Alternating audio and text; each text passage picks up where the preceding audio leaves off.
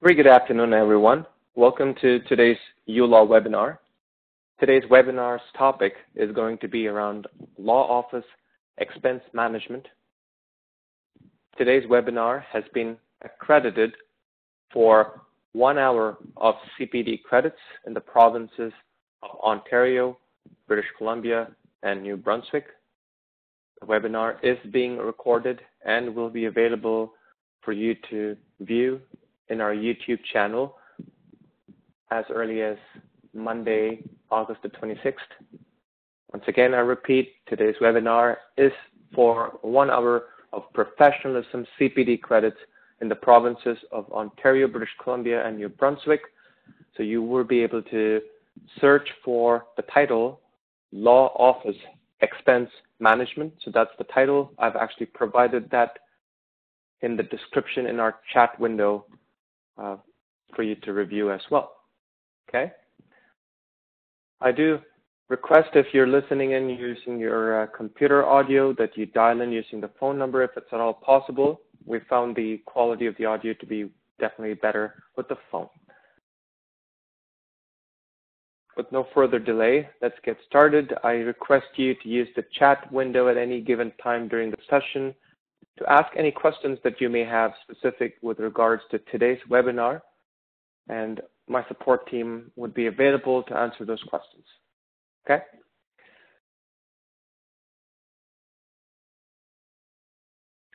So like every other uLaw webinar, today's webinar has a specific agenda that we're going to be covering in this tight-packed 1 hour. And we're going to be talking about the key differences between the two major categories of expenses that a legal office happens to have as part of their day-to-day business activities. So we're going to talk about disbursements, and we're going to talk about business or office expenses. So what are these two different categories of expenses, the differences? We've, of course, covered it in further detail in yet another CPD session about the bookkeeping compliance nature of these expenses. But today we're going to talk about what are these expenses like, how do you manage them, of course, and when it comes to disbursements, we specifically talk about the need of the hour being able to capture those disbursements as and when they happen, because disbursements by its nature are recoverable expenses that have been spent by your legal firm on behalf of a client's matter, right? So you have spent that money either during the course of working on that matter or file or as part of an upfront retainer, right? So the opportunity that you have is to be able to recover that expense either through the invoice that you generate for the client and get paid back either as a trust transfer or get paid as a client expense.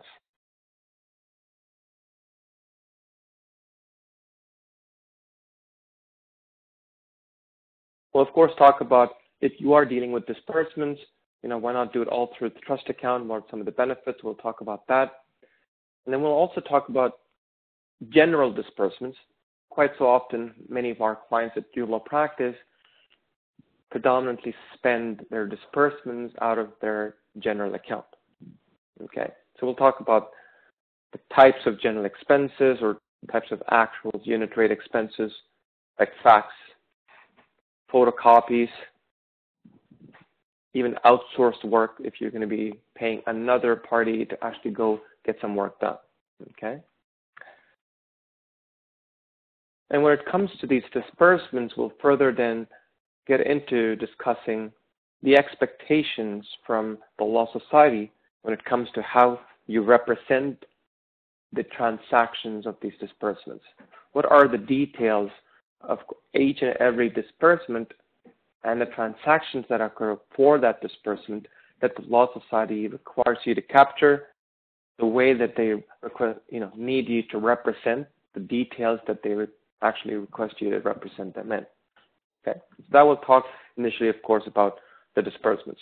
And then we'll move on to talk about business or office-related expenses.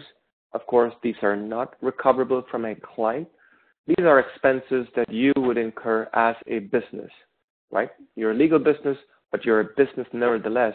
And there, of course, there's revenue and expenses that go along with running that business. And we're going to specifically talk about the types of those expenses that you should expect, such as rent, tax, purchase of any software, any purchase of laptops, software, etc., hardware that you need to run your business, even bank charges that you may actually pay for in maintaining a bank account with institutions. Talk about salaries if you have employees within your firm, etc. Okay, so those are the types of expenses that, of course, you cannot ask for your client to pay for.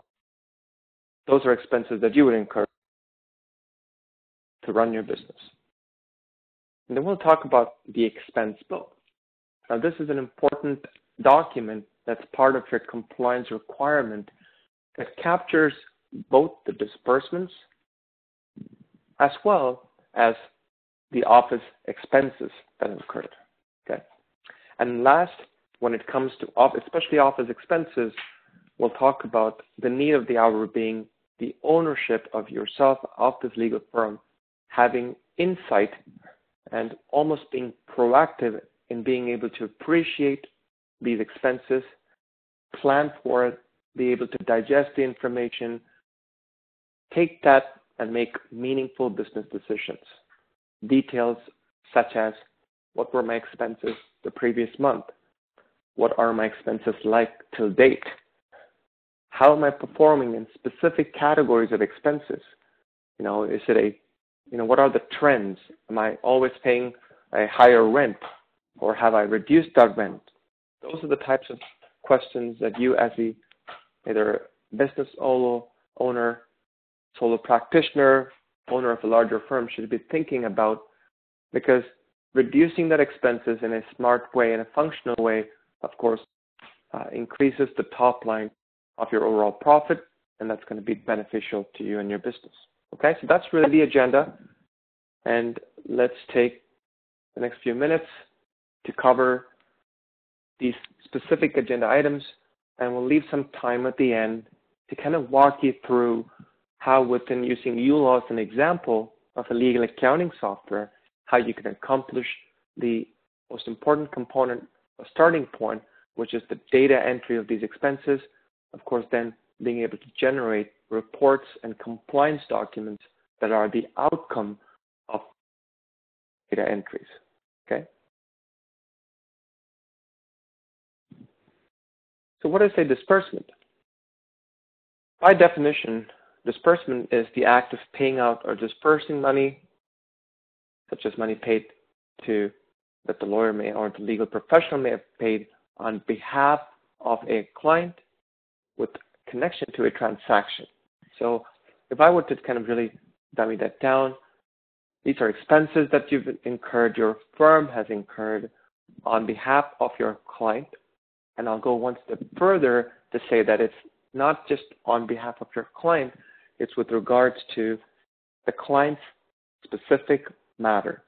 So if you have a single client and you have multiple matters, you have to be specific when it comes to disbursement that it's a specific financial expense transaction for a specific matter, even if it's for the same client. Okay? From an accounting perspective, I'm going to take one step further. It's important that you record the transaction, all the details in that particular transaction in the books, so that you can balance your accounts when you actually do invoice and recover that expense. So first you spend it, then you generate the invoice, and then you recover. That's one style. The other style, of course, is if you know how much the expenses are going to be, these disbursements rather, then you include that as part of your initial retainer, generate the invoice, and don't wait for that payment. Move the money from the eligible money rather from the trust account to the general account. Okay? From a law society's perspective, what does it mean? What's the bottom line? The bottom line is that you are required to manage and maintain the capture of these transactions in proper bookkeeping documents, or what we call the proper books. Okay? We talked about the expense book, the expense ledgers, journals, etc. In contrast, when we talk about the business expenses, let's just bring it down to the layman's term. It's really the expenses that you incur for keeping the lights on of your law office or your legal office. From an accounting perspective, you still are required to record these transactions to balance the accounts when you spend and manage them, especially when it comes to dealing with taxes. Because every time you make an office expense, there's an opportunity that you may have paid taxes as part of that expense. So if you paid for, let's say, paper at a Walmart or a Staples, and let's say it's $100 for the bundle, you of course would have paid 13%. Let's say you're in the province of Ontario, you would have paid the appropriate jurisdictional taxes depending on where you purchased it. And that's important that you capture that as well, because then that illustrates in those books as to how much of taxes were paid out. So that at the end of the day, if you do have a HST or a harmonized tax account across all jurisdictions, or provincial tax account, then the amount of taxes that you took from your customers as part of your invoice minus the amount of taxes that you paid as a business is essentially what you either owe the government back or the government owes you, right? That's one of the very important reasons why you want to consider a legal accounting system which pretty much manages and balances both these types of transactions.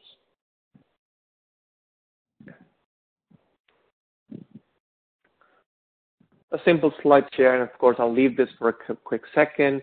The bottom line is that the disbursements are recoverable from your client. So it's very important that you do capture it, because if you do not capture it, and if your memory does not serve you well, you're going to miss the opportunity to recover that expense in time. Okay, so what's important to keep in mind is the opportunity to recover that expense within that stipulated time. Right? Likewise, with regards to office expenses, it's important that you capture it within the stipulated time so that you have a better understanding proactively, almost on a more time period, about the profit and loss of your business, the amount of expenses that you paid for, harmonized taxes that you paid for, so you can also manage that as well. Okay. Now that we've kind of established what these major two categories of a legal firm's expenses are, let's specifically talk about how you manage disbursements to begin with. So what is it that it takes to manage disbursements? Right? What are some of the key steps?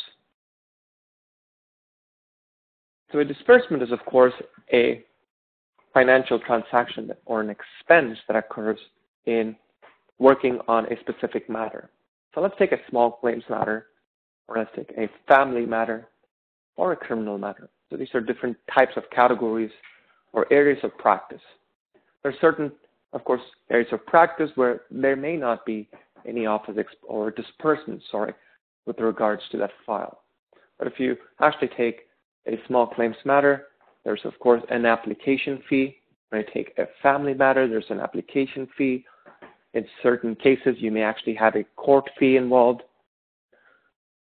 You may actually have, as I mentioned, unit rates of your expenses that you have incurred as a firm on behalf of representing that file. So, for example, if you've faxed out a lot of documents, then that's an expense. If you've done a lot of photocopies, that's an expense. What's important is that you actually have a strong retainer letter that clearly illustrates or outlines the responsibilities and really the disbursements chart, if you will, of what you would be charging your client when it comes to disbursements for that specific matter. So that's very important, because when you do charge them, you charge them against that retainer letter agreement, which is the fundamental and gives you the right to be able to go and do this. Because if you don't have a retainer letter or an engagement letter rather, then when you do generate the invoice, you stand a chance of being asked for, why was that disbursement? We never agreed upon it. And you can always ask your client or walk them through the retainer engagement letter to begin with, to clear that.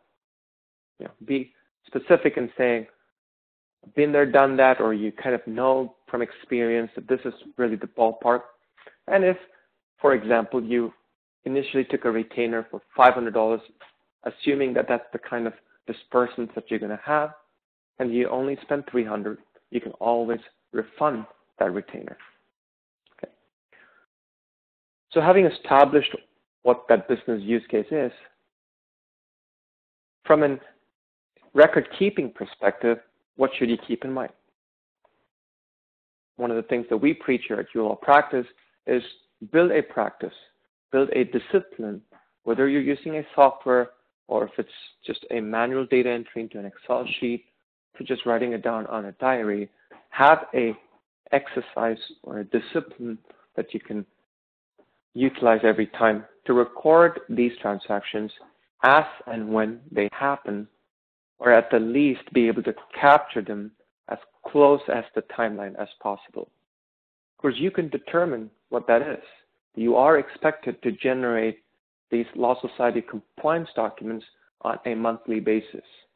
Now, tools do allow you the capability to capture them on as and when it happens instantaneously. You can do them one by one as and when they happen. You can capture them in bulk. You can import bank statements because anytime you pay for a transaction, of course, the bank certainly has a copy of that transaction recorded, right?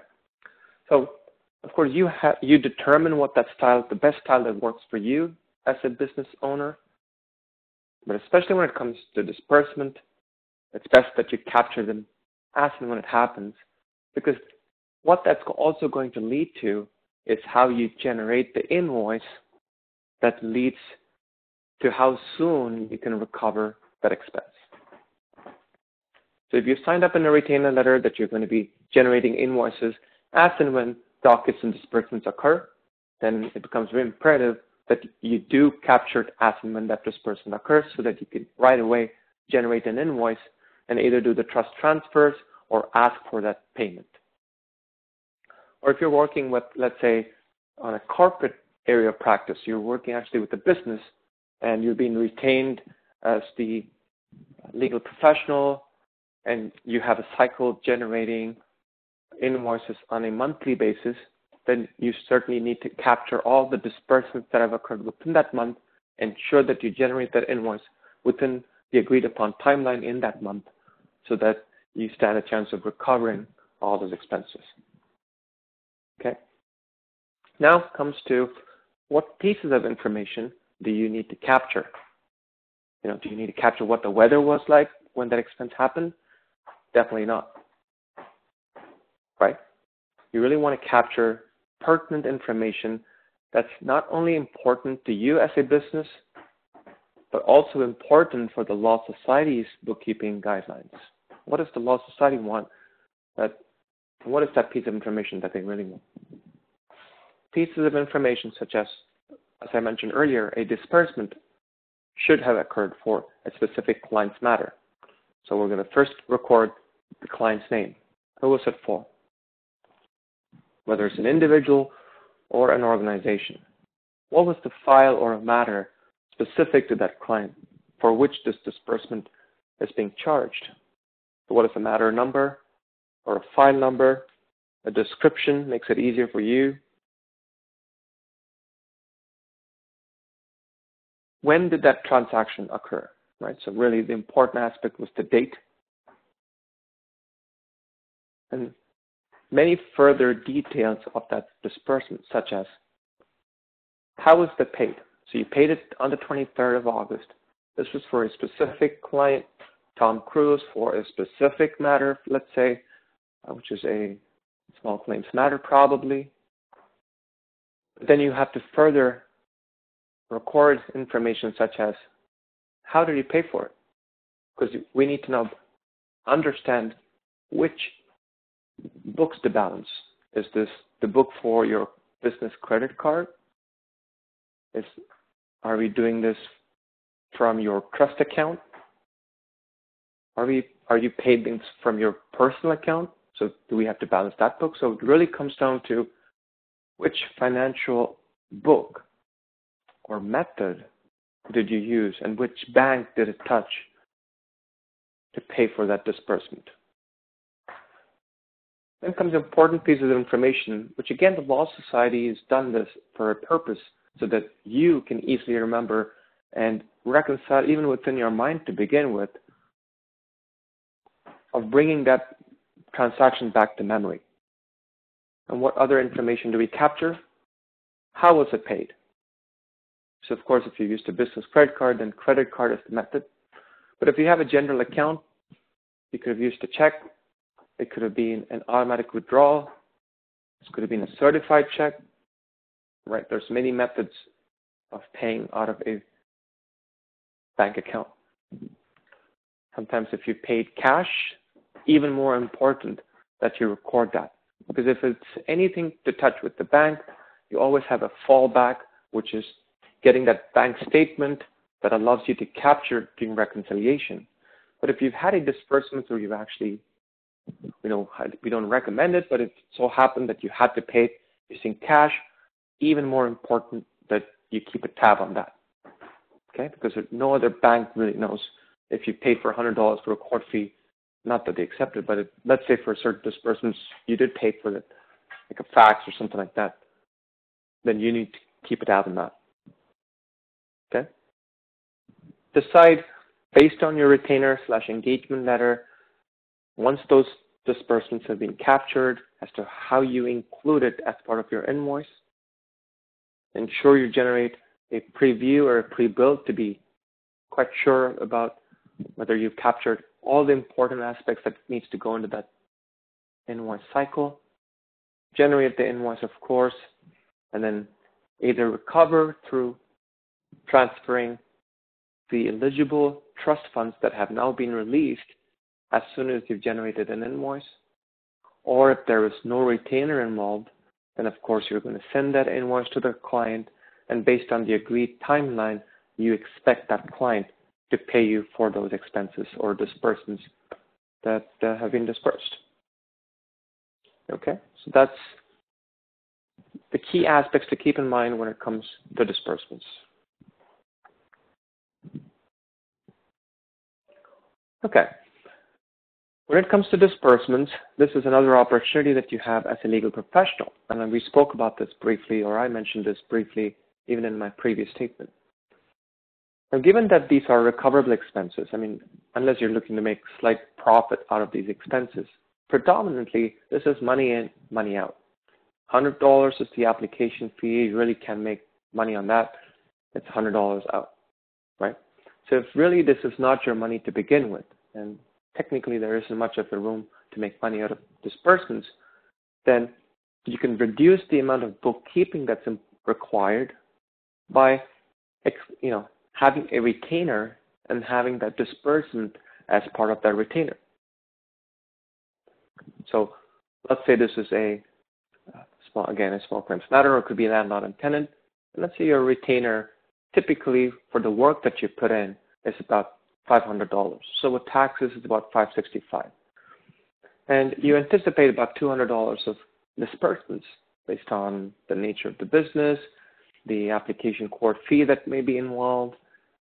And you include that when you ask for that initial retainer by outlining, as I said, that disbursement chart. So instead of $565, maybe it's a good practice to get $765, because when you disperse invoice, you don't have to wait for the client to make that payment. You can recover that expense faster because you have control over it. Because you've already got that money. All you have to do is be legally right to earn that money. So show that you've actually paid for those disbursements, invoice it, and that's pretty much it. Right? So that's why we talk about why not pay straight from the trust, keeping it simple. Because especially expenses such as court fee, right, application fee, where there's no margin. Like you can't just say, oh, I got a court fee for $300 because it's determined by the jurisdiction in which it's being transacted. And when we say when paid from the trust account, you don't have to recover the expense, what we really mean is that you as the legal professional, have to do the trust transfer. So moving the money from your trust account, the eligible trust money, from the trust account into the general account is something you do. You don't have to follow up with the client, give them a call, send them an email, and wait for that payment to come back. That's what we mean, but you don't have to recover that expense. So again, as I said, if it's not your money at all to begin with, ensure that you're just showing it as a disbursement expense in your trust account, and that's all that matters. But for whatever reason, you're continuing to use your general account to pay for these disbursements, then the rules apply there as well. Record the expense information with the date, who was it for, name of the client, matter, file number, everything else that we spoke about. Okay.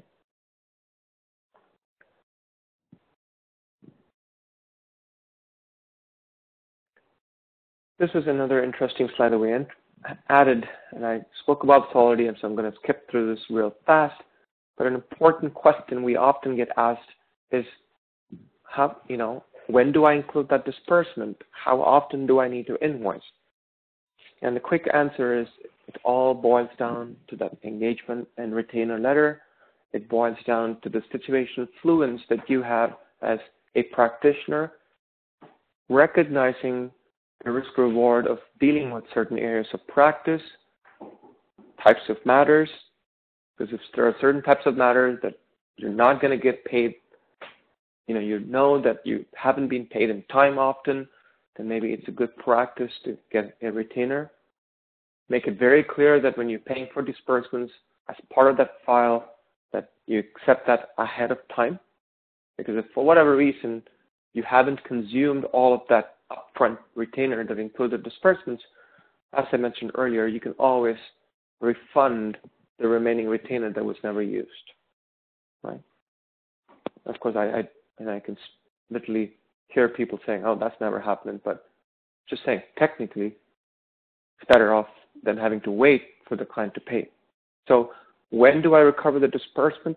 Purely based on your knowledge, situation, fluence of the area of practice, type of customer, and essentially what works best from a business perspective for you to recover that fast. Going back to that retainer letter, engagement letter. Okay? What are the types of disbursements, and which ones can you actually use the trust account for to pay directly from the trust account? Which ones can you use the general account? Right? So typically, if you're looking at a billable, you can use both the trust and general account. So billable, such as, or I'll go one step further, saying actuals, right? Talk about court fee, application fee. Really, whatever is the actual amount is what you're charging your customer, right?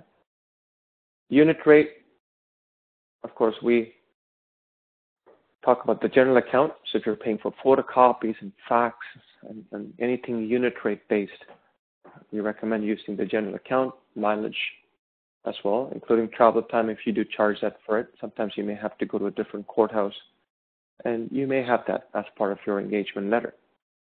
So as a general, rule of thumb, recovery of expenses on any actuals, disbursements, you could use both trust and general. So great candidate for using the trust account for those. If you're either using a profit margin or a loss margin for whatever reason, then you're going to stick to general.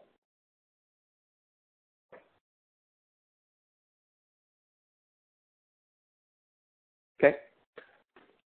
Now that you've captured all these transactions, you've gone by the rules, by the engagement letter, you've done the trust transfers, or you've accepted all these payments and recovered these expenses. Fantastic. Now what? Right. So at the end of the month, or on a very regular basis, such as, if you're using a legal accounting system, within uLaw, we allow you to reconcile and preview that reconciliation on a daily basis. Other softwares allow you to do other things. If you're doing this manually, it's purely based on your availability of time and how disciplined you are. But it really comes down to the important set of documents that need to be generated and provided or documented and stored on a monthly basis, at least. So what are those documents? Disbursement, ledgers, and journals. And if you've dealt with both trust and general, then you've got to do that for both those accounts. Okay. The fee book with the appropriate taxes captured. Why fee book is because when you disperse, it's still captured as part of that invoice and as part of that revenue. So if you really look at a trust ledger or a fee book as examples, and we'll talk a little bit more when we go further into this webinar where I actually generate these documents. If you can look at it, you've got client's trust ledger. You've got the fee book where you could see, in this case, of course, there were no disbursements, but then as you can see, there is room for the Law Society to capture that information. You've got the General Receipts Journal, Trust Disbursements Journal, and General Disbursements Journal. Okay? So that's the first half of the category of expenses that are recoverable, called disbursements, that your legal office has to deal with. Now comes the other side of the expense category, which is your office or business expenses. And we, of course, looked at this slide earlier. It's really the expenses that you pay on behalf of your business to keep the lights on. Some examples, of course, purchase of any furniture, stationery. Some of the most important fees that automatically start as soon as you begin your legal career include the Law Society fees, any insurance that you have to pay for, phone bills, marketing expenses, rent, of course, whether you're sharing or you're just paying for your whole office, you still capture those expenses. Corporate taxes, they're definitely an expense for your business, right? As I mentioned, even bank charges. So if you're with the financial institutions and they charge you $6 per month as the bank fee, that's an office expense. It can be recorded. Salaries, if you're a growing firm and you have employees as part of your firm, that's another example of an office expense. Okay.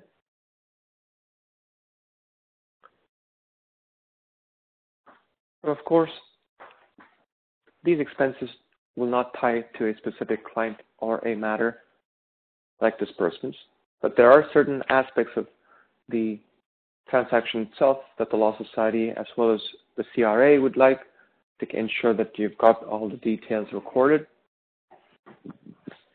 Recording them still happens as and when they happen. It's just the best discipline you can build for yourself. But what other pieces of information do you want to keep in mind as you capture this? Software, of course, will capture this based on the details you provided, but if you're even doing this manually, keep in mind these important details such as date of the expense, of course, very important.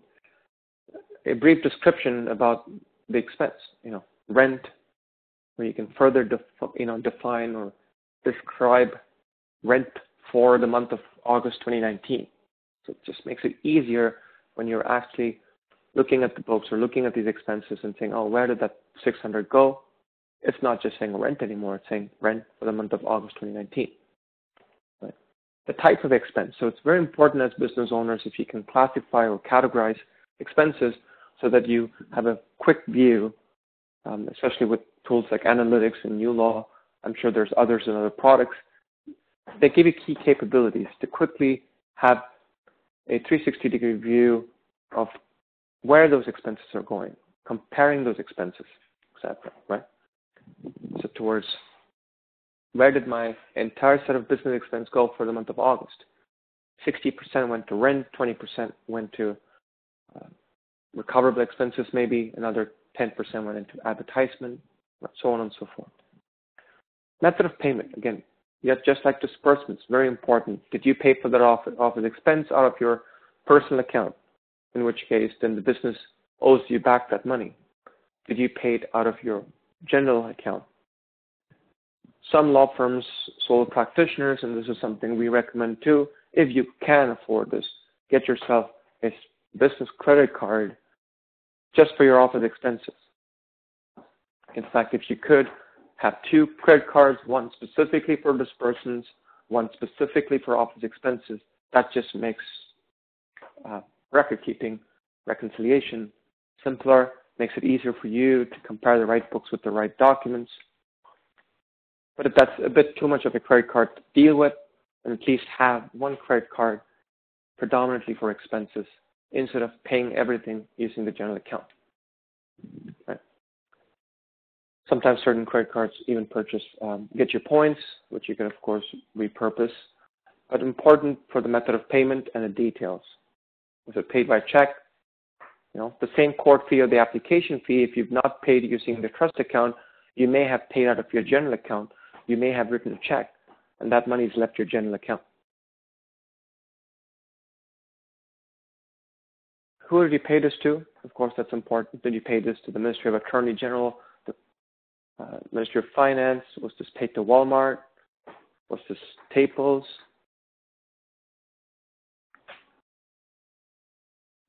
Right? Or was this to a rental house, to another lawyer who you're sharing your space with?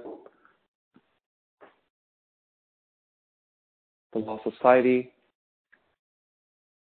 Who was it paid to?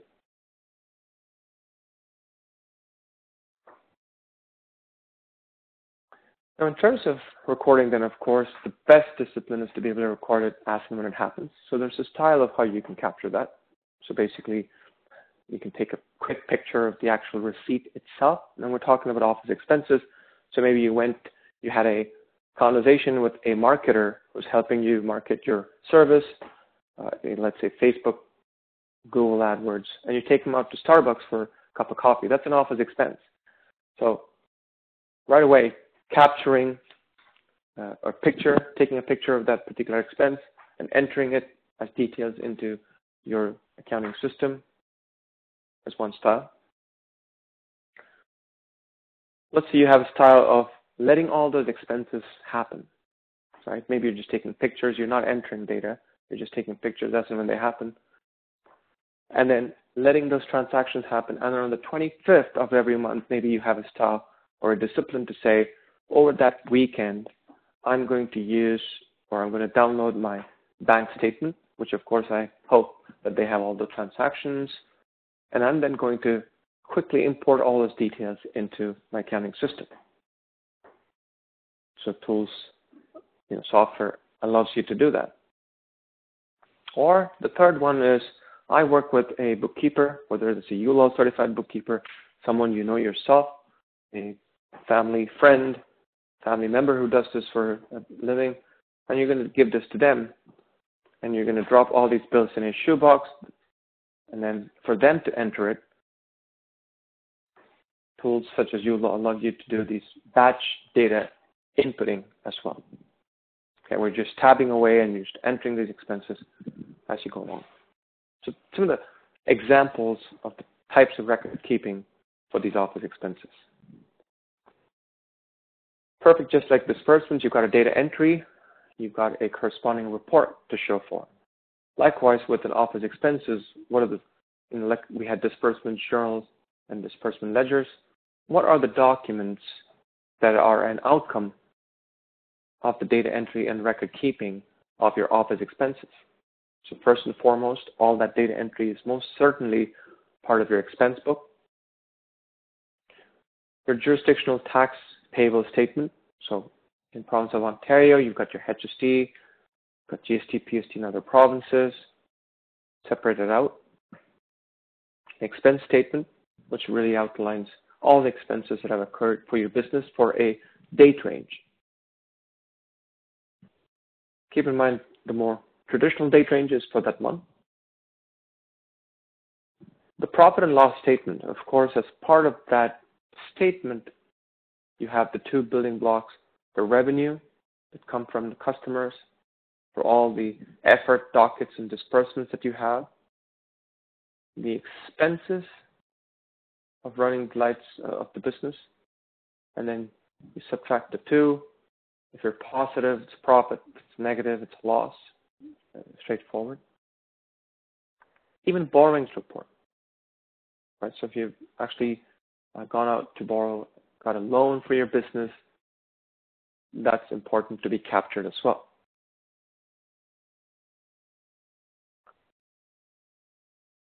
So hopefully that kind of helps establish the two major categories of expenses, right? Disbursements and office-related expenses. And we spoke briefly about this as well. As a business owner, if you have to keep a tab and ensure that you're on top of the business numbers, that you need certain tools, certain disciplines. And we specifically in uLaw built this, and then you see it across other products as well, that help you give the just-in-time information. We call it analytics. Other tools may call it otherwise. You can devise this as pivot charts, even with an Excel sheet if you like. And what these little tools allow you to do is, again, instead of giving you data represented as reports, because these are how the Law Society wants it. They want it in a specific report, in a specific template. They need these columns to be there, and that's what it's easier for them to understand information in that particular format, because that's how, they see the data coming in. Of course, for you as a business owner, being someone in today's day and age, where you're seeing all these cool other graphs and utilities being used, something like an analytics just gives you specific pieces of information, not in a reporting format, but more in a graphical user interface format. And we had a separate webinar running specifically on these. It's on our YouTube channel if you wanted to look at it.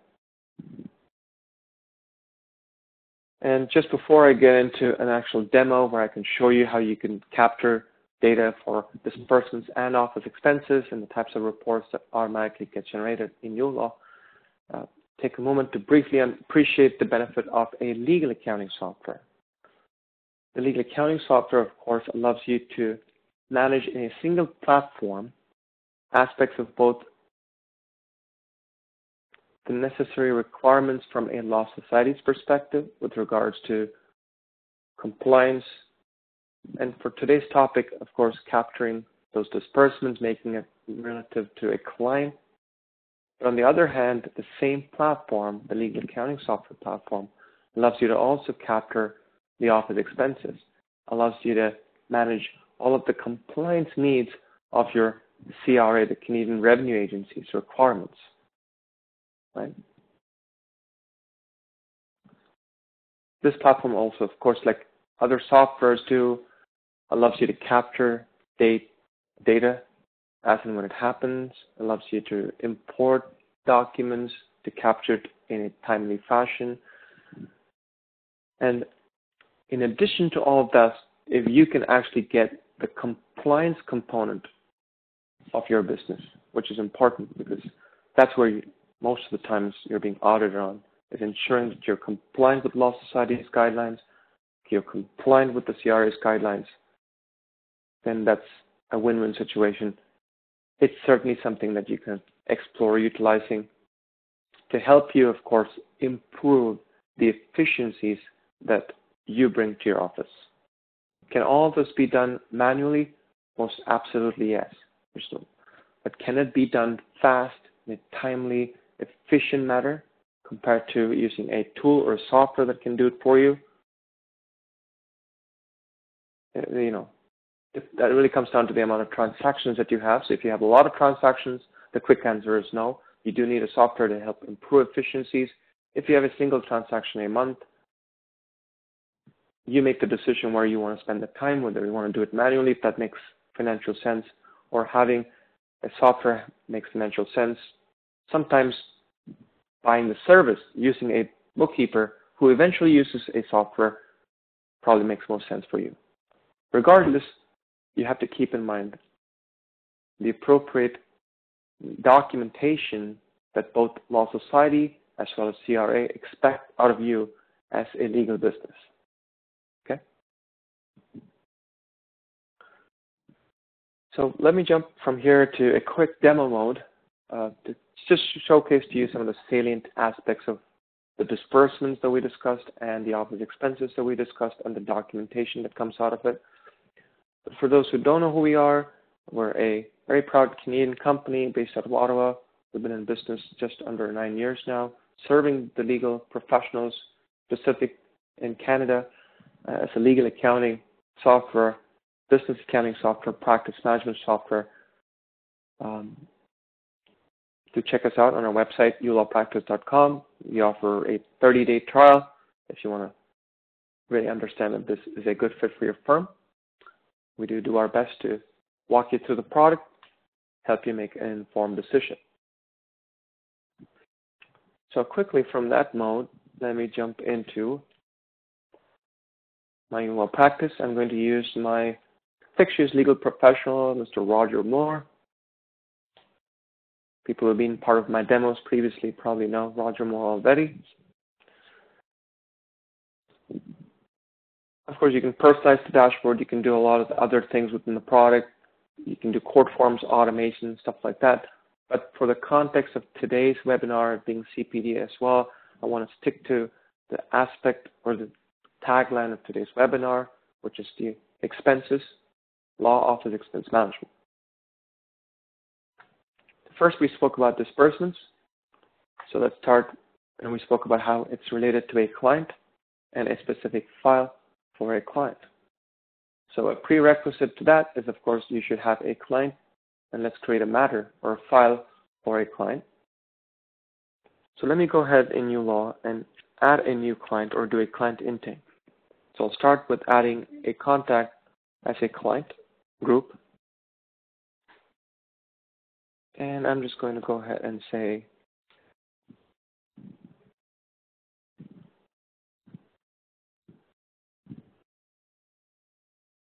Mr. Gregory Patrickson. We'll call him Greg. We'll say he was from, let's make it very specific, from a newspaper. Never heard that, right?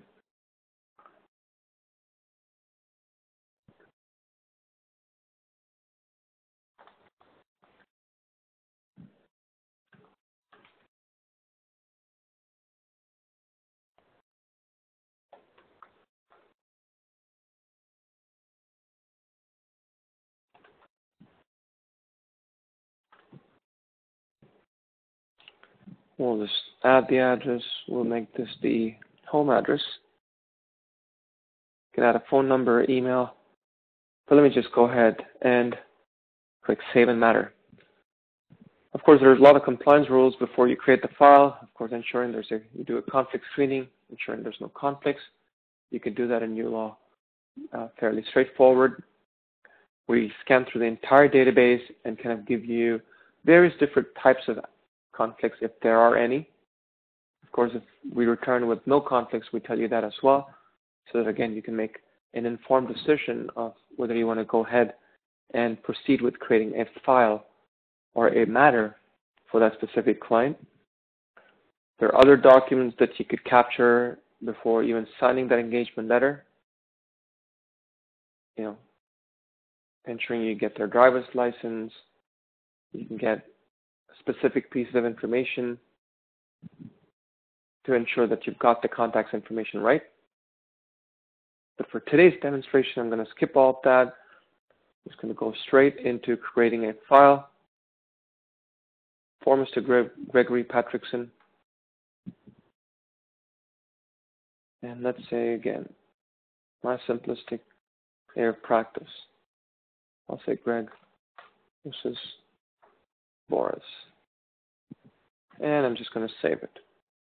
So again, now you're setting the context. It's for a client or a specific file.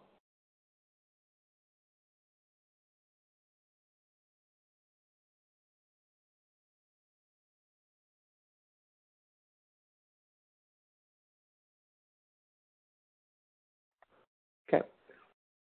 So let's start with purposes of time. Let me maybe just do two files, one with the trust involved, one without. So let's just keep this straightforward. We spoke about how you could accept that potential disbursement cost as part of an initial retainer. So let's do that. So let's just say you signed up a retainer agreement, and I'm just going to go ahead into retainer and say new retainer. My fee would be let's say $500 plus tax, $565, and I'm actually going to ask for $665 because I know there's a $100 application fee for this small claims matter. Everything else is part of my fee of $565. To capture it as part of that disbursement, or let's do the retainer first. So let's get the retainer going directly into your trust account. Okay? I'll give him a retainer receipt. Basically, you accepted a check from the client went into your trust account. So I'm going to start with that first example of paying disbursement out of your trust. Okay, so you can see right away the projected balance is $665, and that's what's sitting in this Gregory Patrickson's trust funds. Let's say I do a quick final or a flat rate docket. I say completion, I've done the work, completion of small claims, and I really summarized this for today's demo. I'm just going to keep this real straightforward. Initial client meeting, second meeting, court visit, final closure. So I'm going to put all of that, encapsulate that in a single docket. I'm going to say, you know what, I spent on this entire matter about 4 hours. I'm going to charge them a flat rate of $500. Okay. I haven't invoiced yet, of course, so I'm going to make that part of this initial invoice. So there's the $565. So here's that $665 of trust receipt. I've just had a $565 worth of fees. The projected balance, so what that really means is that if I were to invoice this client right now, just for the fees, $100 is what will be left in my trust account. Okay, but there was a purpose for this $100, and that's for the disbursement of the application fee. So let's go ahead to disbursement. It can either be a trust-related transaction, so you can withdraw from the trust as a disbursement, or as the label sounds, you can just say add new disbursement, and you're paying straight out of your trust account. And you're saying, you know what, it was $100. I paid this using a certified check.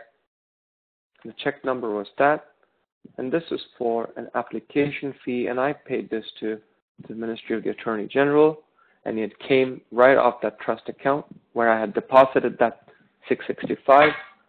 In fact, I'll go ahead and print that check as well, and let me go ahead and write that check up for $100 that I'm going to submit to my application. Okay? So in uLaw, you can print those checks. If you print this, leave the print, your checkbook or check leaf, if you will, on the printer. This would just emboss right on top of it. Okay. Now what uLaw is telling you is that, of course, there's no projected balance. There's zero in your trust. If you were to generate the invoice, there's no more money in trust, and you have to recover that entire amount. And if I go into my trust transactions, you see the same information.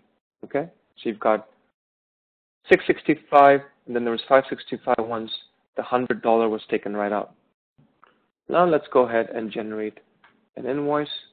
Again, for purposes of today's demo, I'll skip the preview, and we go directly into completing and generating an invoice.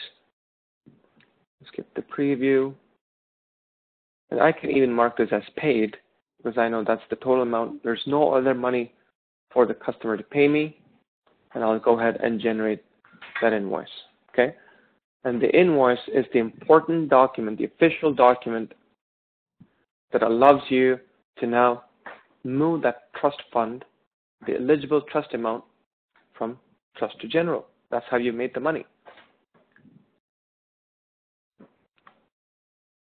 So let's hit that question mark real quick. It tells you clearly $565. So when did we generate this invoice? We generated as soon as the transactions occurred. So if you look at the invoice, you've got the fees for $5 plus $65. you got a specific section that just outlines what happened with the trust. So you've received 65, and that $100 that you wrote a check for, that money would have left the bank from your trust account directly. So there's no need to recover this expense. That's gone. It's not there anymore. So this is all the money that's left in your trust account to deal with. And what happened with that money, with this invoice, technically you had the right to take that money out as well. So now what you do is go to your bank account online or otherwise, take that $565 that's still left in that trust account for the specific client and for the specific matter. That $565 is what's left. That's the money that you've earned as fees for your business.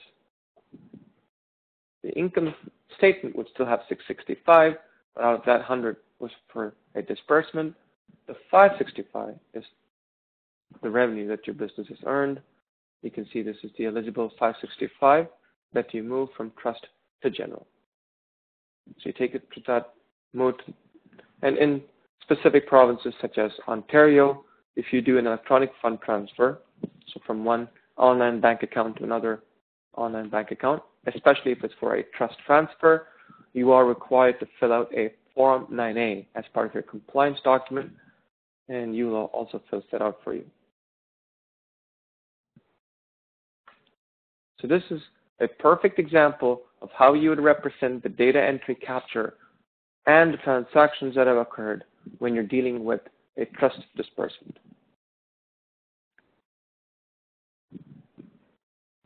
Okay, now let's go ahead and create another matter for Greg.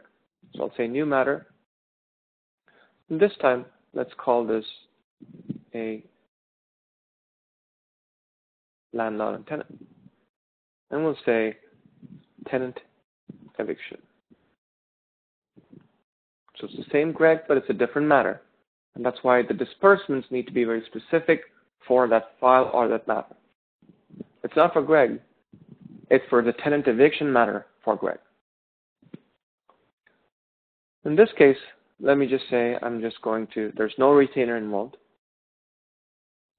Or there could have been a retainer, but it's definitely not for disbursements. I'll just go ahead and say final closure. Same $500.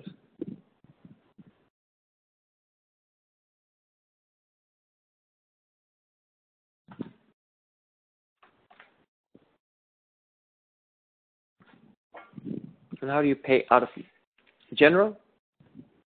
In this case, you do have to pay for it upfront, include it in the invoice, send that invoice, and wait for that payment to come.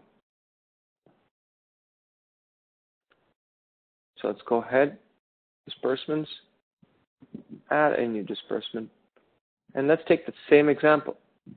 It could be a general, other cash accounts, could be actuals, could be miscellaneous. So I'm just going to do actuals, the same application fee. Let me say it's $200, just to make a difference. And it's tax exempt.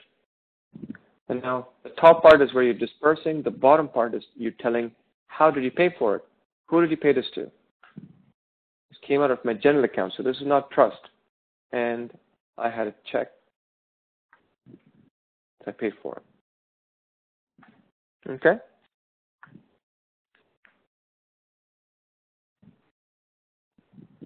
That information gets saved to the matter.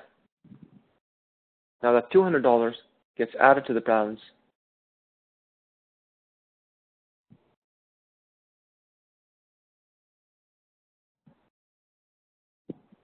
And this amount. Now let me generate the invoice. Skip the preview.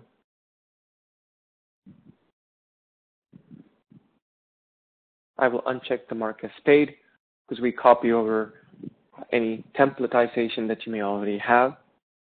You can uncheck it before generating the invoice so that you don't have. So what happens when you put that little paid is it puts this little watermark on it. Just uncheck that. He hasn't paid it. And there you go. Now, of course, you've got to wait for that payment. Or if you actually have uLaw connected with any of the payment gateways, so that was the Form 9A till we wait for that invoice with all the information that you sign up. Or in the case where you've tied up uLaw with any of the payment gateways that we integrate with, whether it's Moneris, Pivotal Payments, Global Payments, you can send that electronic document and have Greg pay this in his own leisure. You don't have to wait for the payment. You just make it easier for your client to pay you faster. Let's put it that way. There you go. It's done. You get notified by email with all the transaction details. The client gets notified. All you have to do, hit the question mark and say, I got the payment, thank you very much. It's for $765. That's the payment reference. And it was specifically for the tenant eviction. Give them a receipt, even better, and you're done. So this was two different types of disbursements that you had to deal with. One for a small claims matter through trust, and one was through general payments. Okay? Now let's quickly skip to the part where we do the office expenses. I know I've exceeded maybe a minute already, but let me quickly show you. Same platform, same product, just a different menu option. You basically just go ahead and do the office expenses. And you can see the captioning or the data is not specific to a client. It's for the general office itself. So you could basically enter each and every data.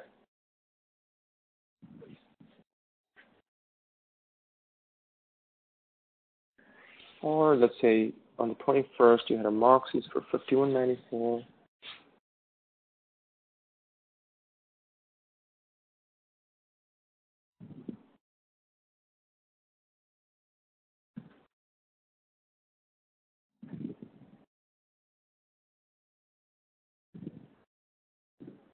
The total amount was $51.94.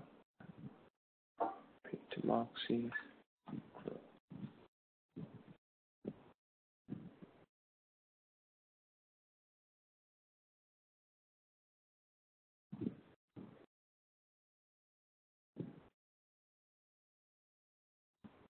You can enter those expenses like that. You can import a bank statement, as I mentioned, just fast and easy way. Download your TD, RBC, CIBC, any bank institutions that you have for, let's say, the month of August. Choose the institution that you deal with, President's Choice, CIBC, in this case, let's say TD.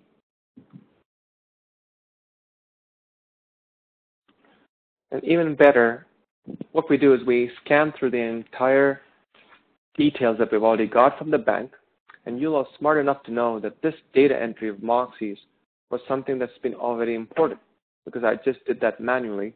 It knows by the date, the vendor, the amount, and it automatically says it's already imported. So all you have to do is take the Starbucks, take the action, and say the same thing.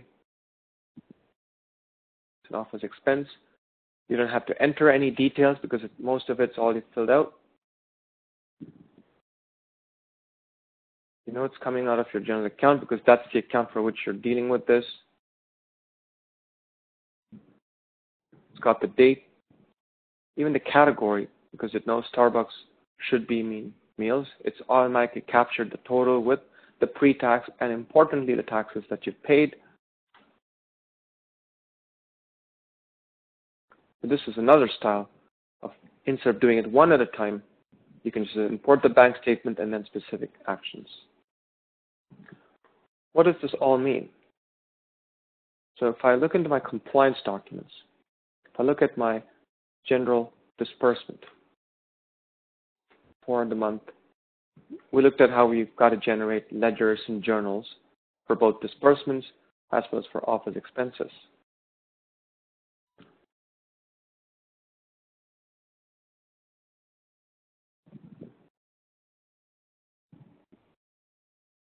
That single data entry, so if you've got Moxie's Grill, that was part of that expense So this is the expense book, which is an important compliance.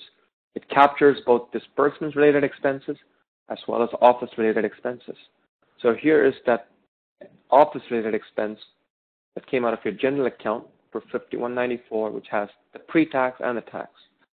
And here is the $200 application fee that came out for this file for Mr. Gregory Patrickson for the Landlord Tenant Board for $200, no taxes. A single document. Okay?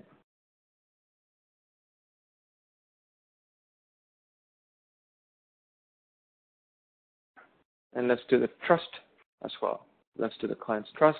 This is specific to a date range, but it's across all of the clients that you've dealt with in that particular date range. So let's say I go ahead for the month of August. I'm just going to say monthly. This not only captures trust transactions for Mr. Gregory, it also captures trust transactions for anyone else, other files that I've dealt with. So you've got a delete Desai, you've got other individuals, and here's Mr. Gregory Patrickson, exactly the way the Law Society needs it, in the formatting that they want you to have it. For 665, it says clearly that the trust disbursement came right out of the trust account for $100. And what was it for? It was for the application fee, not for the other matter, but this was for the 176345 matter, which was for the small claims. And then you generated an invoice for 3119 was the invoice number, and you did a trust transfer because you had the eligibility to move that 565 only and leaving you with a zero trust balance, keeping you compliant. So that single data entry, when it came to disbursements, it was for a matter. When it came to office expenses, it came down to the accounts. And when it comes down to reconciliation, this makes life simpler because there you go. You've got the Starbucks that you already imported for $12.71, right? You've already done that.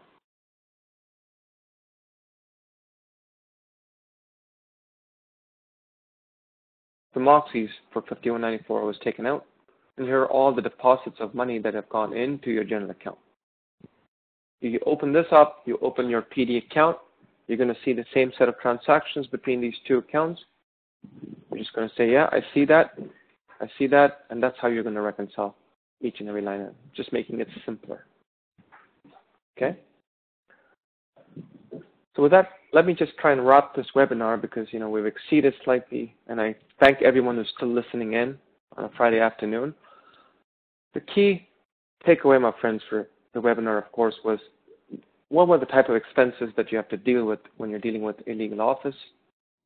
We spoke about